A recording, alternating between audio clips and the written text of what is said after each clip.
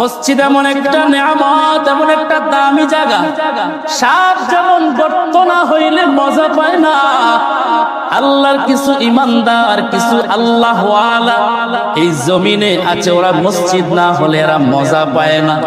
ওই আল্লাহর বান্দা দোকানে গিয়েও মজা পায় না, ওই আল্লাহর বান্দা বাড়িতে থাইকেও মজা পায় না।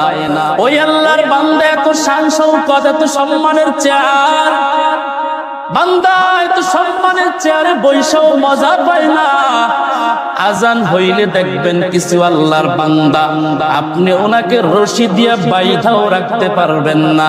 আল্লাহর বান্দা কোটি কোটি টাকার মালিক, গাড়ির মালিক, বাড়ির মালিক, সম্মানের মালিক, কিছু অভাব নাই।